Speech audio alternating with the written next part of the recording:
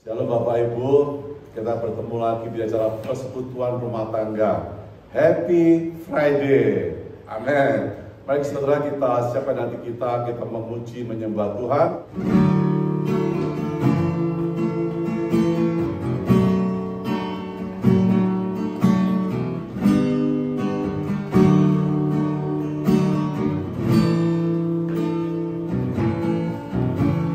Satu hal yang ku rindu, berdiam di dalam rumah-Mu. Satu hal yang ku inginkan, menikmati bait-Mu Tuhan. Satu hal yang ku rindu, berdiam di dalam rumah-Mu. Satu hal yang ku inginkan, menikmati bait-Mu Tuhan. Lebih baik satu hari di pelataran-Mu daripada 1000 hari di tempat lain.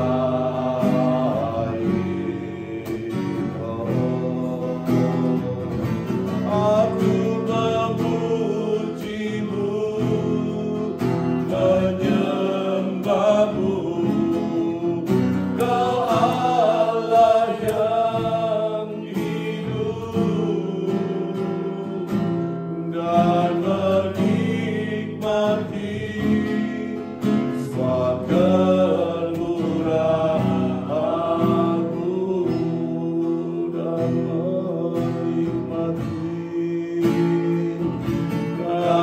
menikmati semua kemurahan-Mu.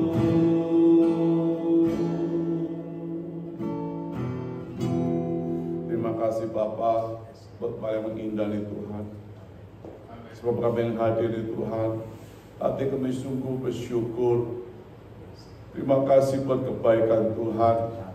Terima kasih semua buat penyertaan Tuhan, kekuatan Tuhan yang selalu baru setiap hari. Terima kasih Bapak buat kesembuhan yang Tuhan berikan buat setiap kami. Kami percaya yang banyak sakit, Tuhan akan pulihkan mereka, Tuhan kesembuhkan mereka. Yang ada di rumah boleh mengalami kebaikan Tuhan, kesembuhan Tuhan. Terima kasih berkati ibadah kami PRT hari ini dari awal sampai akhir. Biarlah Tuhan kami semua boleh menikmati hadirat Tuhan, menikmati firman-Mu Bapa. Terpujilah nama Bapa. Dalam nama Yesus Tuhan kami berdoa dan mengucap syukur. Amin.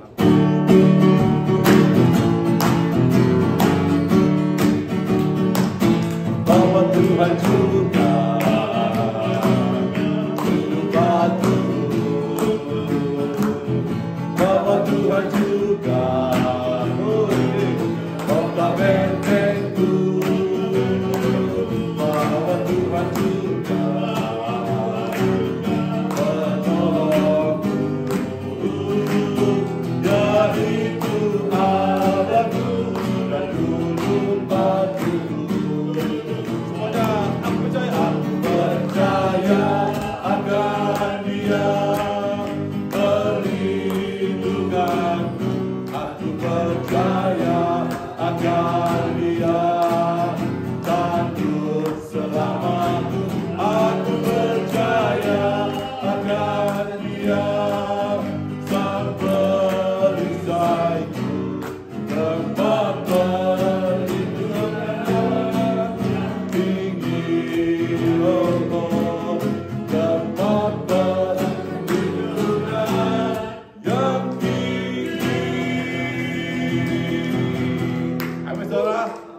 hanya Yesus tempat perlindungan kita.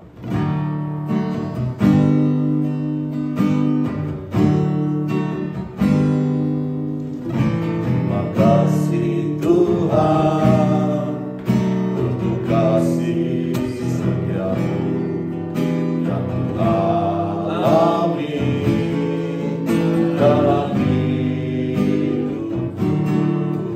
Terima kasih Yesus untuk kebaikan-Mu sepanjang hidupku. Terima kasih Tuhan untuk kasih setiamu yang Ku alami dalam hidupku.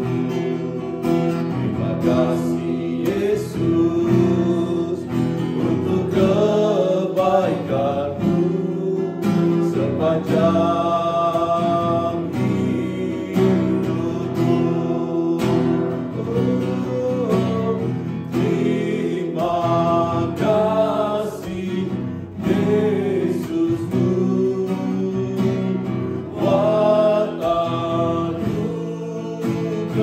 yang Kau beri sebab hari ini Tuhan adakan syukur bagimu sebab hari ini Tuhan adakan syukur bagimu.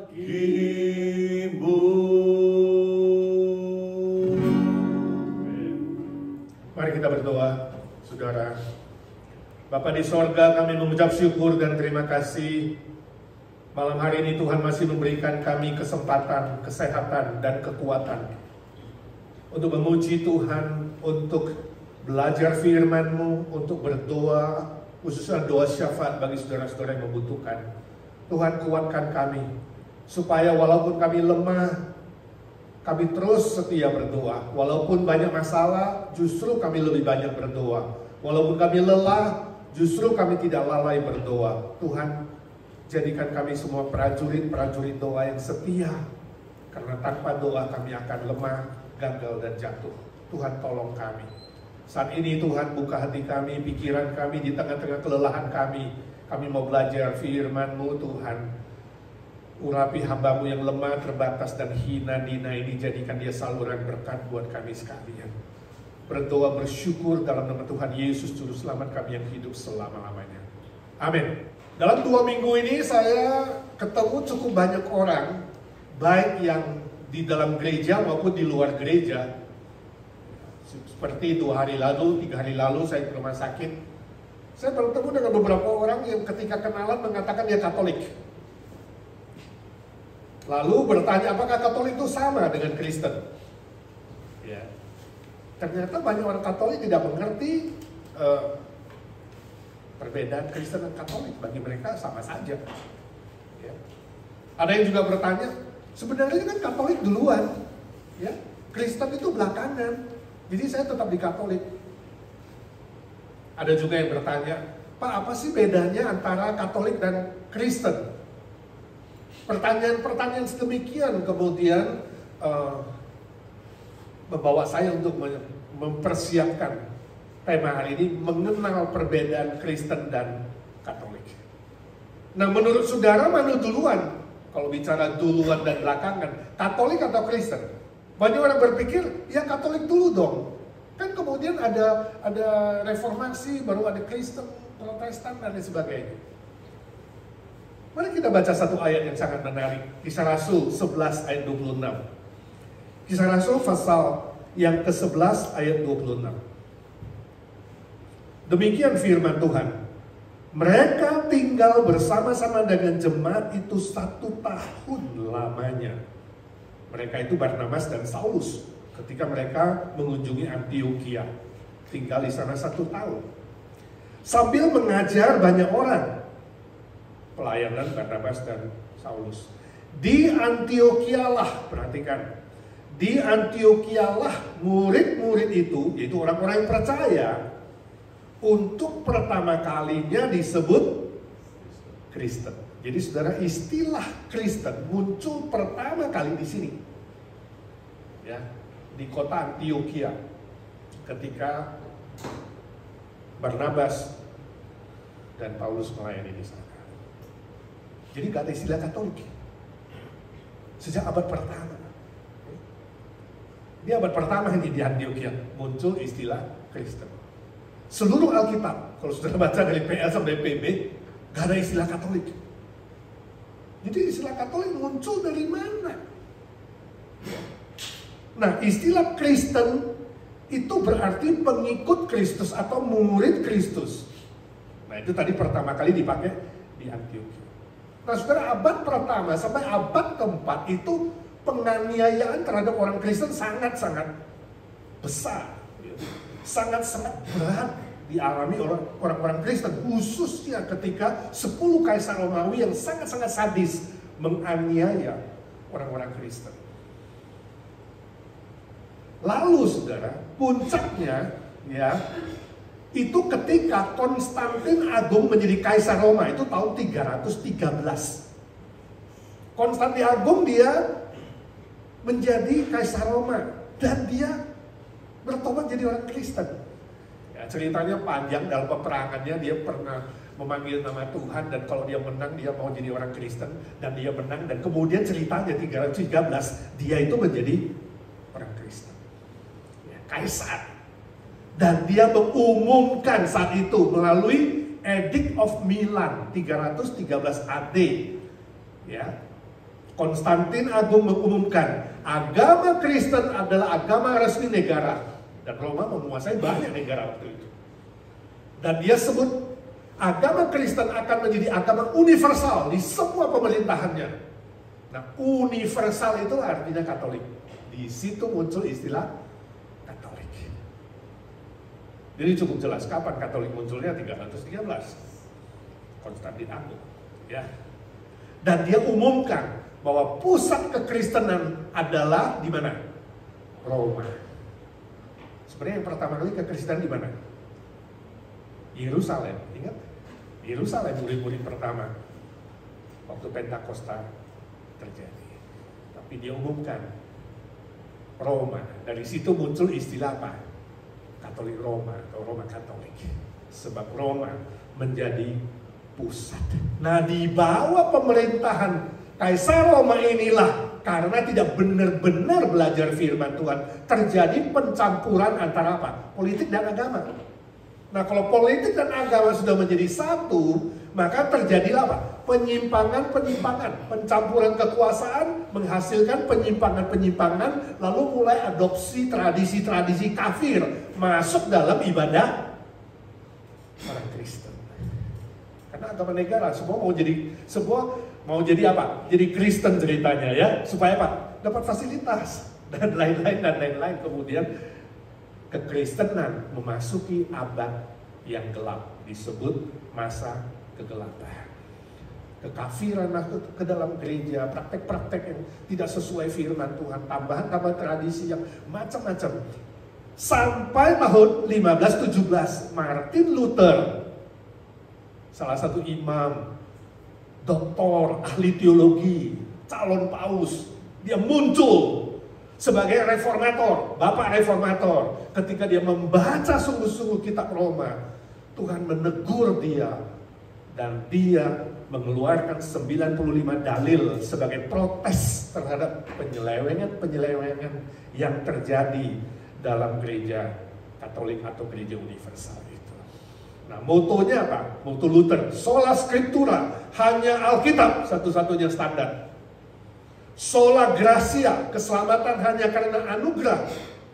Sola fide, kita diselamatkan hanya karena iman, bukan karena perbuatan baik atau yang lain-lain. Sola Christos, hanya Kristus satu-satunya juru selamat dan mediator, pengantara kepada Bapa di sorga. Sejak itulah gerakan reformasi merebak ke seluruh Eropa Dan kekristenan terbagi menjadi dua aliran besar. Tubuh kekristenan terpecah dua, yaitu Katolik Roma yang bertahan dengan kekuasaannya dan menolak reformasi dan mengadakan penangkapan dan penganiayaan terhadap mereka yang mengikuti ajaran reformasi karena punya kuasa, punya politik. Kristen Protestan, istilah Protestan itu diberikan oleh siapa? Oleh pihak Katolik, karena menganggap orang-orang yang mengikuti Luther itu memprotes, ya. Menganggap gerakan Luther sebagai protes terhadap pihak Katolik. Jadi muncullah istilah Kristen Protestan, ya, di sejak 1512 kan, Katolik. Cukup jelas nggak secara singkatnya kira-kira begitu. Jadi kalau ada orang tanya kepada saudara, saudara udah bisa jelaskan mana duluan? Jelas Kristen, right? Secara jelas. Kenapa bisa jadi dua? Sudah ceritakan. Dua aliran besar seperti dua sungai besar, ya, dari tubuh kekristenan. Nah, apa bedanya? Hari ini kita akan belajar, ya, mengenal sekilas perbedaan antara Kristen dan Katolik. Yang pertama, Alkitab Perjanjian Lama dan Baru bagi orang Kristen, Alkitab dan Perjanjian Lama dan Baru, 66 kitab adalah standar iman, moral, dan kehidupan sehari-hari. 2 Timotius pasal 3, 15-17. Cukup, 66 kitab cukup sebagai ukuran atau standar moral, iman, dan kehidupan. Nah, Katolik bagaimana? Katolik ada plusnya. Ya. Katolik ini Perjanjian Lama dan Perjanjian Baru plus. Nah, ini bedanya Kristen dan Katolik. Kristen nggak pakai plus, Katolik pakai plus. Plus apa? Plus kitab Deuterokanonika, yaitu kitab-kitab kanon kedua, 15 kitab tambahan.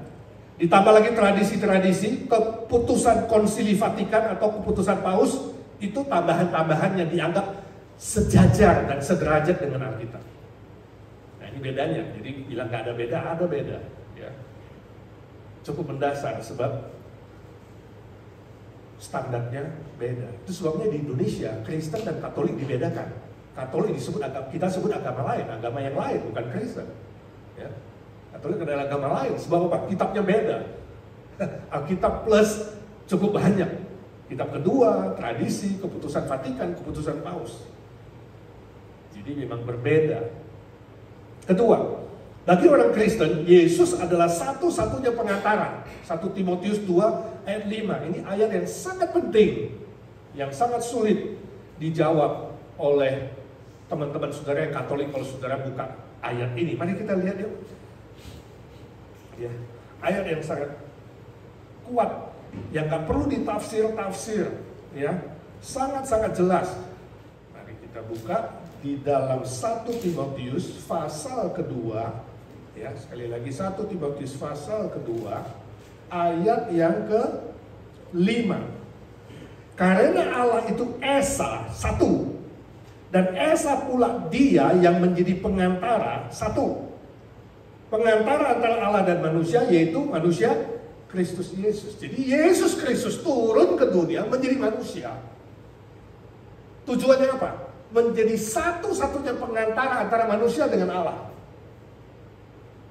Ini sangat jelas, gak perlu pakai penafsiran, ya. Sangat-sangat jelas firman Tuhan. Nah, bagi orang Katolik, mereka ada tambahan, ada plus. Sekali lagi, pengantara bagi mereka bukan hanya Yesus, tapi ditambah siapa? Maria, malaikat, orang-orang kudus itu menjadi pengantara tambahan. Jadi tambahan, pengantara mereka banyak. Kita hanya satu, ya. Ibarat kekasih jiwa kita hanya Kristus. Seperti suami dan istri, satu saja. Mereka ada istri plus gundik-gundik lainnya. Ibarat begitu kalau secara manusia, ya. Saudara mau nggak punya istri lalu ada tambahan-tambahannya? Jelas istrinya nggak setuju. Siapa yang mau dimadu? Ketiga, bagi orang Kristen, istilah orang kudus, ya, saint adalah karya Kristus bagi semua orang percaya. 1 Korintus 1:30. Jadi semua orang yang percaya kepada Kristus mendapat status yang baru, yaitu apa? Orang kudus, sebab Kristus mengkuduskan kita. Nah, bagi orang Katolik, saint atau orang kudus itu adalah gelar khusus. Gelar khusus itu diberikan oleh siapa? Diberikan oleh Paus. Dia berhak memberikan gelar orang kudus kepada siapa saja yang berjasa pada gereja Katolik. Jadi kalau kamu gak dikasih gelar khusus, kamu bukan orang kudus. Ya, makanya ada santo ini, santo itu, santa ini, santa itu. Ya, siapa yang kasih? Gelar khusus pemberian Paus.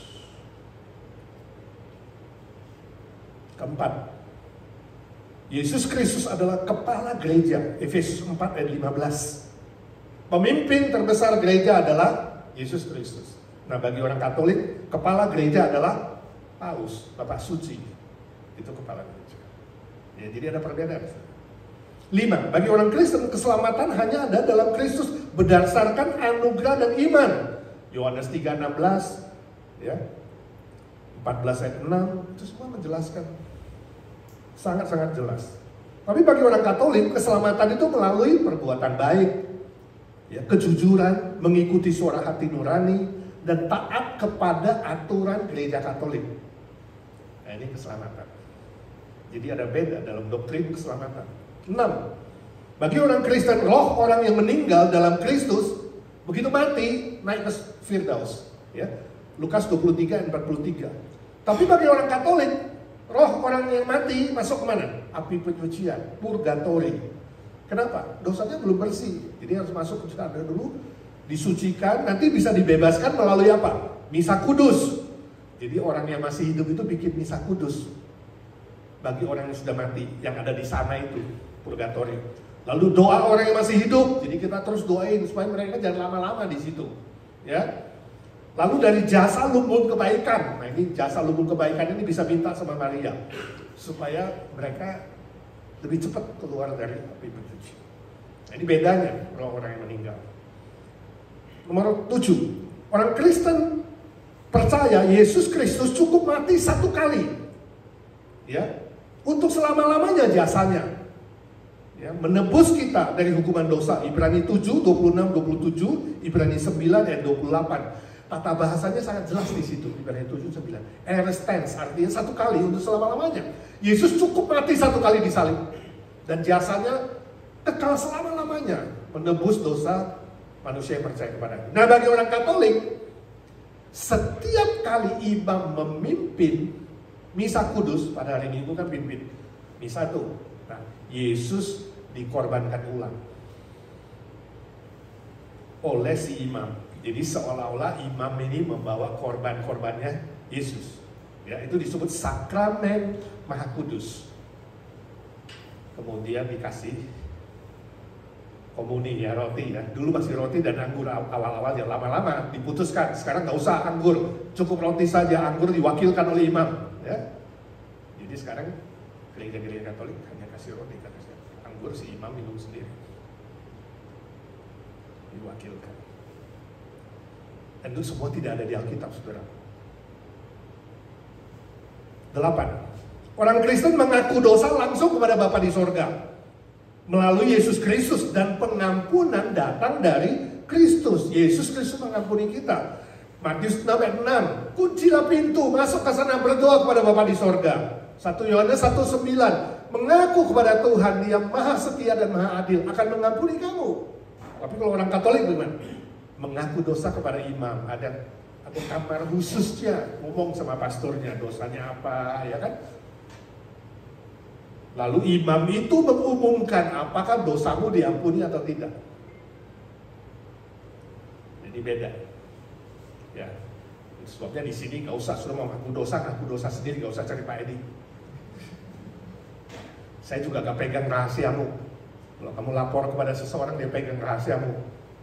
Kamu nakal, dia bilang, awas lu ya, rahasiamu di tanganku. Dulu saya takut sekali, ya. Sempat 7 tahun menjadi orang Katolik, takut sekali sama imam. Rahasianya dipegang dia, ya.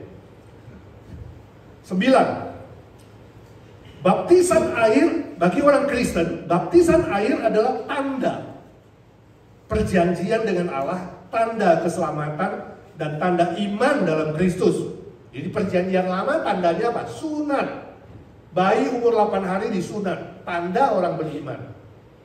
Dalam perjanjian baru, Tidak ada sunat lagi, kata Kolose pasal 2 ayat 11 dan 12. Sunat diganti oleh baptisan air sebagai tanda orang beriman. Itu sebabnya kita juga membaptiskan bayi, ya, atau anak, ya. Sebab mereka adalah orang percaya, dari keluarga orang percaya, tanda orang beriman, tanda keselamatan. Nah, bagi orang Katolik baptisan air adalah syarat. Nah, beda, bukan tanda, tapi syarat keselamatan. Syarat lahir baru dan syarat penyucian dosa. Artinya tanpa baptisan air tidak diselamatkan. Karena syarat. Ada nggak di Alkitab contoh orang yang nggak dibaptis selamat? Cukup percaya. Siapa? Penjahat di samping Yesus. Orang pertama masuk Firdaus, nggak dibaptis. Bukan berarti saudara kalau ada kesempatan dibaptis saudara nggak mau ya. Khususnya bagi yang belum dibaptis, jangan ikut-ikutan. Gue mau seperti penjahat. Enggak. Kalau ada kesempatan dia dibaptis. Tapi bukan syarat keselamatan, tanda keselamatan. 10. Bagi orang Kristen, Maria adalah manusia pilihan Allah untuk melahirkan Yesus. Maria juga adalah orang berdosa yang membutuhkan keselamatan dari Allah. Jadi Yesus hanya meminjam rahim Maria. Sebenarnya rahimnya siapa? Ciptaan Tuhan juga kan. Tuhan cuma pinjam dong, gue mau numpang lahir nih, kira-kira cuma begitu, ya. Dia dipilih, spesial, sangat kita hargai. Lukas 1 ayat 46-47, Matius 13 55 sampai 56. Sangat jelas Maria mengatakan, Tuhan itu keselamatanku, juru selamatku. Jadi Maria sendiri sadar dia itu orang berdosa dan butuh juru selamat. Nah, bagi orang Katolik beda. Maria adalah perawan suci tanpa dosa asal. Jadi udah sejajar dengan Yesus nih. Lalu dia hidup perawan seterusnya. Ini juga gak ada dibilang Alkitab. Alkitab bilang setelah dia melahirkan Yesus, dia melahirkan anak-anak lain, ya, bersama Yusuf. Ada saudara-saudaranya. Dan Maria menjadi pengantara manusia kepada Allah. Nah, ini di doktrin Mariologi, ya, yang diciptakan oleh Paus, diputuskan oleh Paus. Kita akan lihat nanti di bawah. Nah, ini 10, saya pilih 10 perbedaan antara kekristenan dan Katolik. Nah, untuk lebih lanjut, lebih detail, saudara bisa baca, ya, buku berjudul Hidup Kekal karangan, ya, seorang pastor J. Rendes SJ dari Jesuit, terbitan Canisius 1990. Jadi saya gak asal bicara, saya ambil dari situ. Oke? Nah, sekarang beberapa tambahan keputusan Paus atau Vatikan yang dianggap sejajar dengan Alkitab, yang harus diikuti oleh orang-orang Katolik. Saya yakin banyak orang Katolik tidak mengerti ini. Jadi kalau teman-teman lu Katolik, mungkin dia gak mengerti sejarah ini. Jadi saudara lebih ngerti dari dia, saudara bisa ceritakan dari mana asalnya dan datangnya ajaran itu.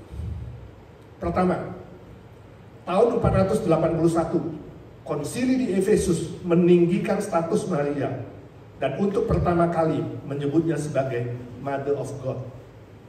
Ya, jadi Bunda Bapa atau Bunda Allah itu muncul baru tahun 480. Tahun 590, Gregory I, ya, mengangkat dirinya sebagai kepala imam atau paus, ya, sebagai wakil Kristus di muka bumi ini.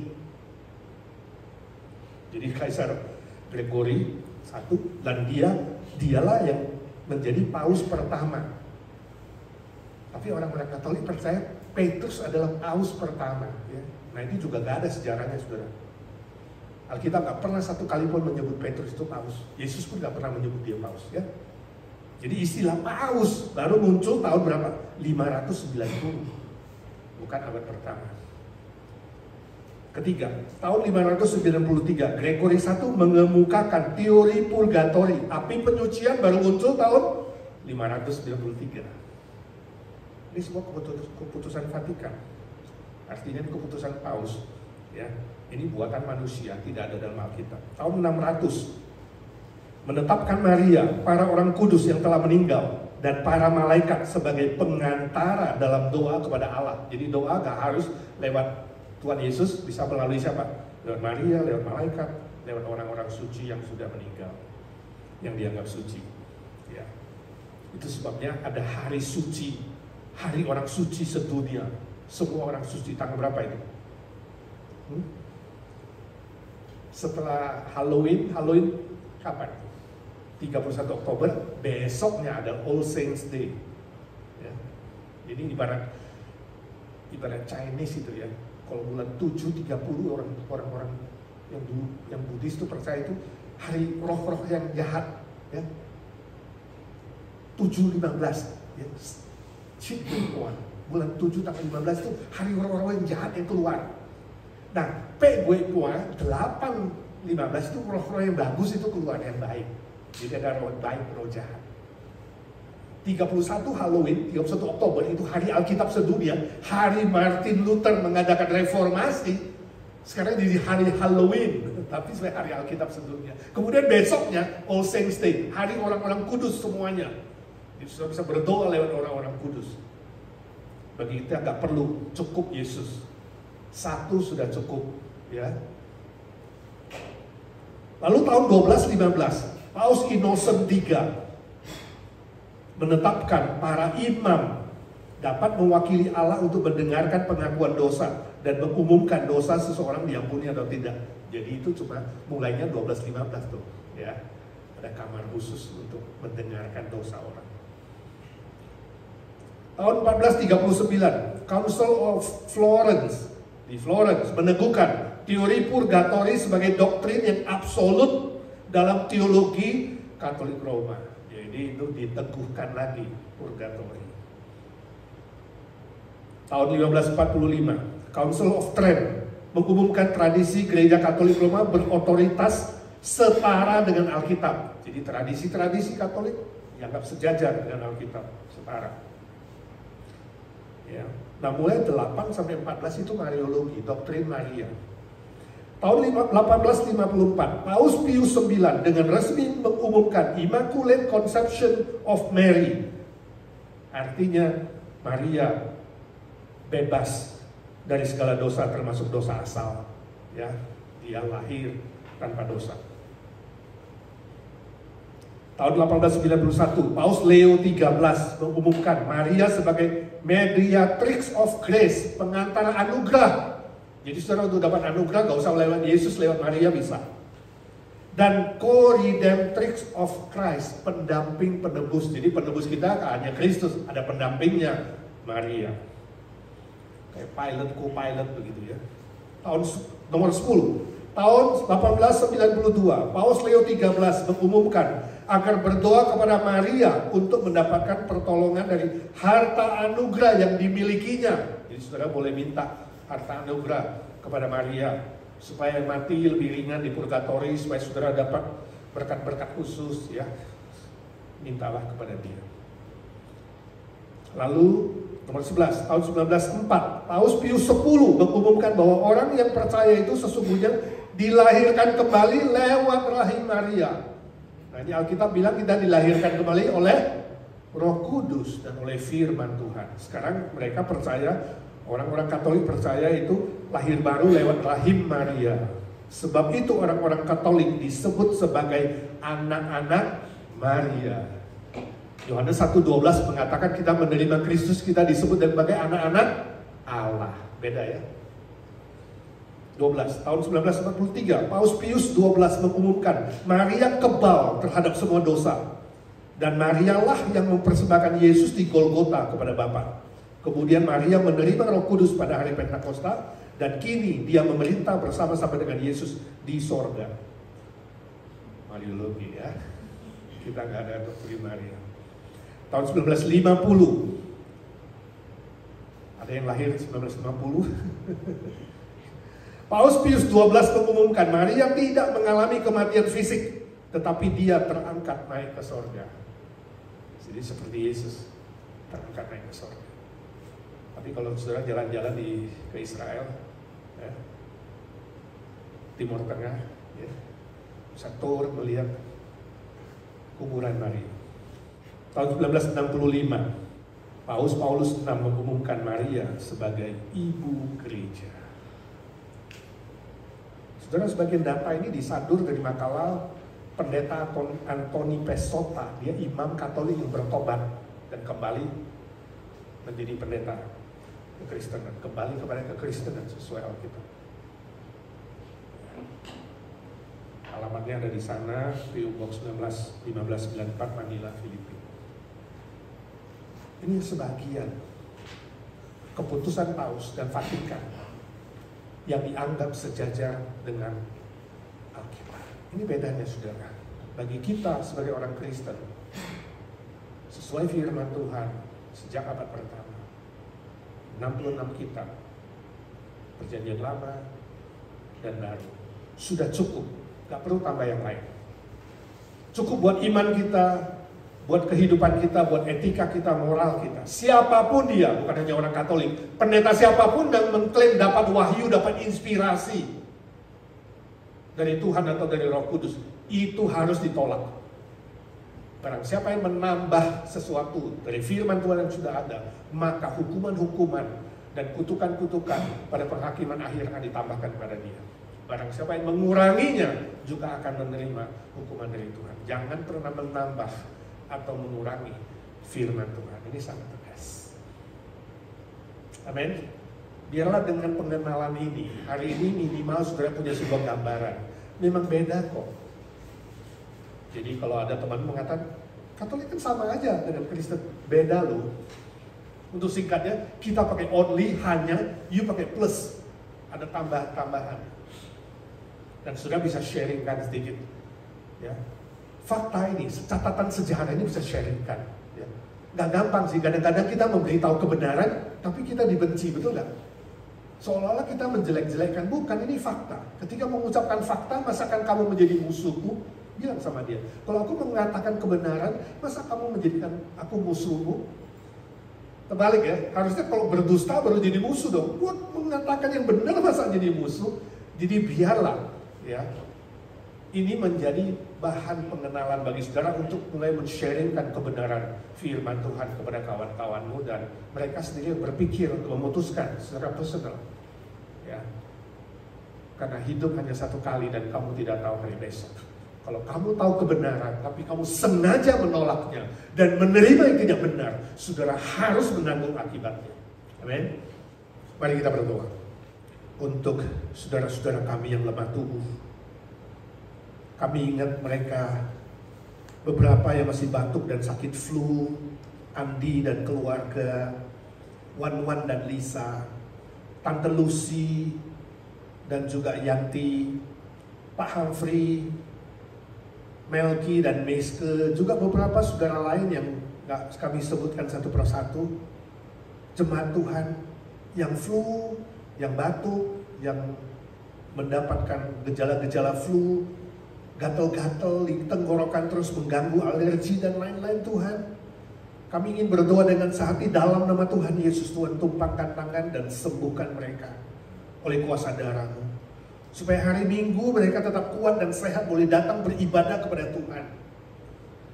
Tuhan, kami juga berdoa untuk Mama Mary yang diopname di rumah sakit. Dia kena pneumonia dan kakinya sakit dan juga detak jantungnya cepat, akan diperiksa. Tuhan tolong. Kami berdoa di sini, Roh Kudus-Mu bekerja di sana dalam nama Tuhan Yesus. Tuhan, jamah dia. Tuhan, sembuhkan dia melalui obat, melalui pemeriksaan dokter. Tuhan, beri dia kesehatan, kekuatan. Dia rindu boleh juga kembali ke gereja beribadah kepada Tuhan. Kami bersyukur untuk Ko Chun Hong yang sudah sukses menjalani operasi jantungnya dan banyak pemulihan. Kami bersyukur Tuhan. Kami doakan pemulihan pasca operasi jantung. Kami bersyukur Tuhan untuk rumahnya yang terbuka untuk tanggal 15 PRT dan Natal persekutuan di sana. Dia tetap semangat dan dia tetap rindu boleh bersama-sama jemaat Tuhan merayakannya. Tuhan, pulihkan dia. Kami minta dalam nama Tuhan Yesus, jamah dia dengan kuasa darah-Mu, supaya secepatnya dia boleh pulih dan keluar dari rumah sakit, pulang ke rumahnya ya Tuhan. Terima kasih Tuhan, terima kasih. Kami doakan papanya Putri, Pak Slamet, dan juga Budi Sayogyo, keduanya menjalani proses kemoterapi. Tuhan, beri kekuatan ekstra. Tuhan, tambahkan nafsu makan. Tuhan, berikan tubuh yang kuat, mental yang kuat, iman yang teguh untuk menjalani proses ini yang kami tidak tahu berapa minggu ke depan. Tuhan, Kau sedia kuatkan dan teguhkan. Kami ingat Ibu Nina Panginda Tuhan, untuk sakit levernya Tuhan jamah. untuk UTI-nya Tuhan pulihkan, untuk bagian punggung yang tadi baru di X-ray, kami minta dalam nama Tuhan Yesus. Biarlah hasilnya baik dan Tuhan jamah dia khususnya T12-nya Tuhan pulihkan secara sempurna. Beri dia kekuatan sorgawi. Dalam kelemahan kuasa-Mu nyata. Dalam kelemahan ya Tuhan kemuliaan-Mu ditonjolkan. Dan dia boleh terus setia teguh mengikut Tuhan dan melayani Tuhan.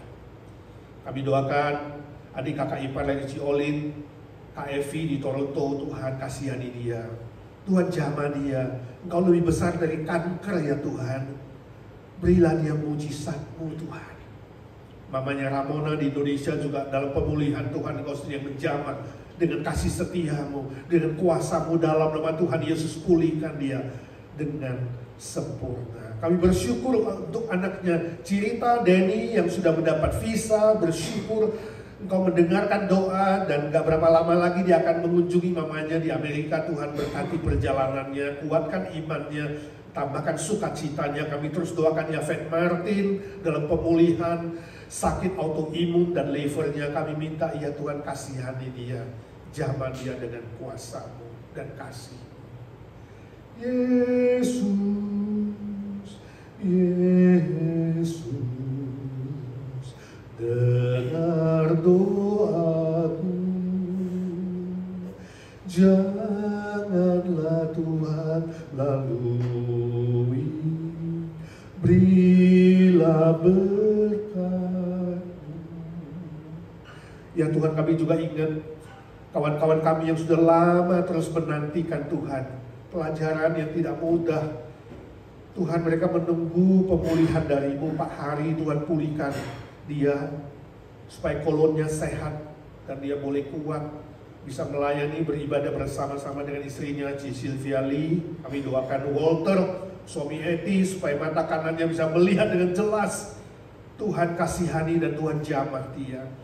Arthur Pala, remaja kami Tuhan, ada banyak kemajuan, kami bersyukur. Kami minta dalam nama Tuhan Yesus, pulihkan secara sempurna. Dan cita-citanya ingin menjadi hamba-Mu Tuhan, berilah belas kasihan-Mu dan buka jalan suatu hari dia sehat, dia mampu sekolah Alkitab dengan baik.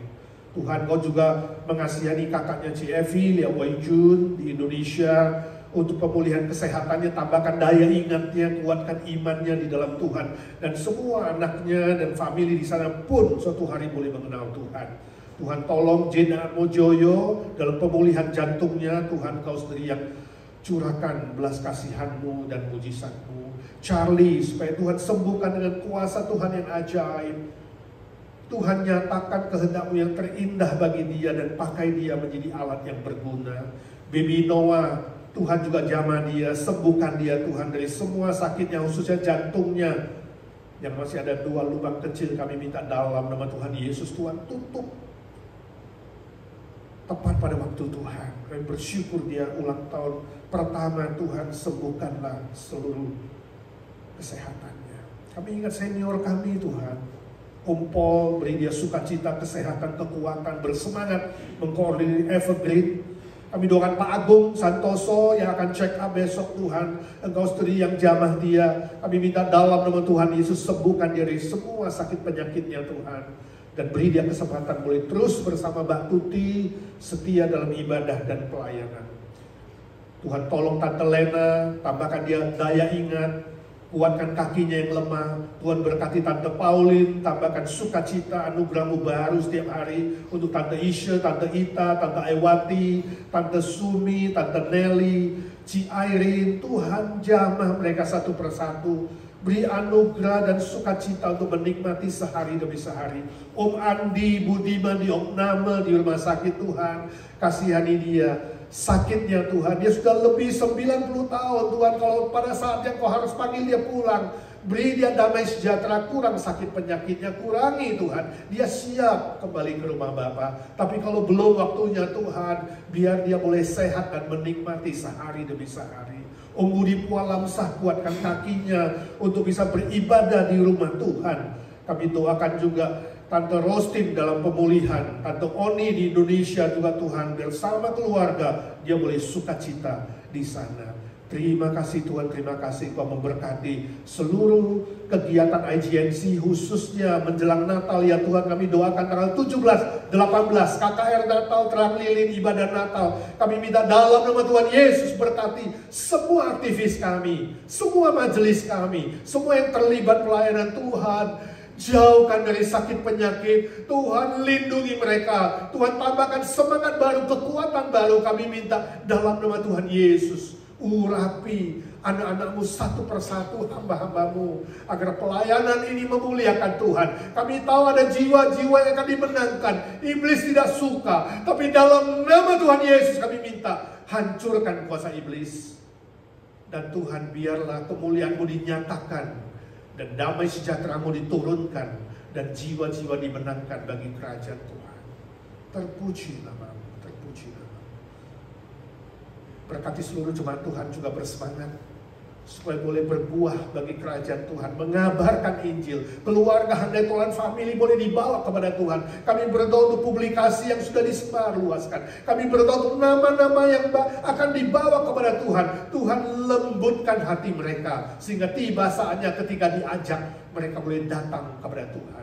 Kami doakan di musim Natal ini Tuhan, gereja-gereja di seluruh dunia, khususnya di negara-negara yang sulit, negara-negara yang anti kekristenan. Tuhan berkati anak-anak Tuhan, hamba-hamba Tuhan, gereja-gereja Tuhan, dalam program pekabaran Injil, supaya banyak jiwa mendengarkan kabar keselamatan dan menerima Kristus. Tuhan menjadi juru selamat mereka secara pribadi. Terima kasih Tuhan, terima kasih. Saat ini kami berdoa untuk pribadi kami masing-masing. Hamba-Mu berdoa untuk mereka yang diam-diam berdoa di sini maupun di rumah, di tempat masing-masing.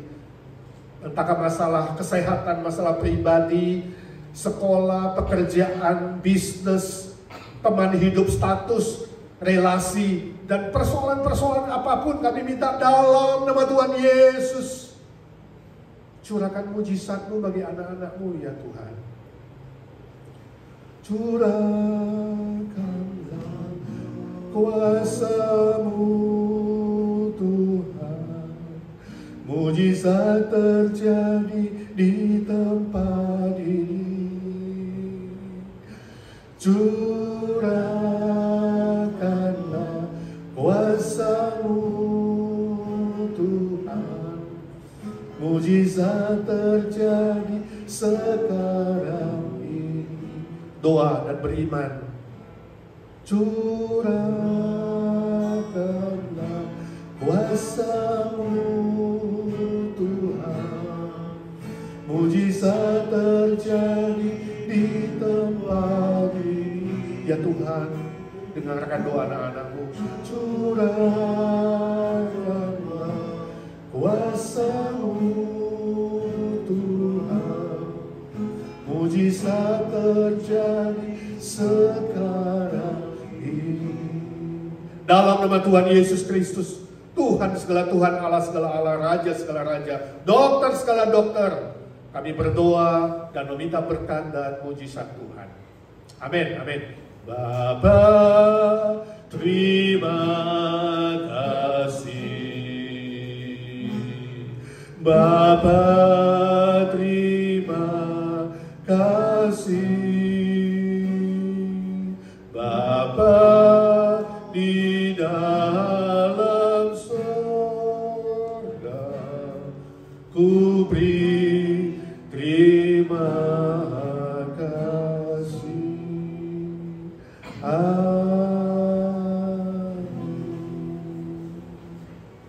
Amin. Saudara, 2 hari lagi, hari Minggu, kita tetap ada ibadah live di gereja jam 11. Bagi saudara yang sehat, yang diberi kesempatan, kekuatan oleh Tuhan, mari datang beribadah bersama-sama kami, memuji Tuhan, meninggikan Tuhan di rumah Tuhan. Dan bagi saudara yang lemah tubuh, yang sakit, yang tidak ada kesempatan, tetap bisa ibadah online pukul 5 atau pukul 6. Doakan kalau YouTube lancar, sudah bisa ditayangkan. Tuhan memberkati saudara.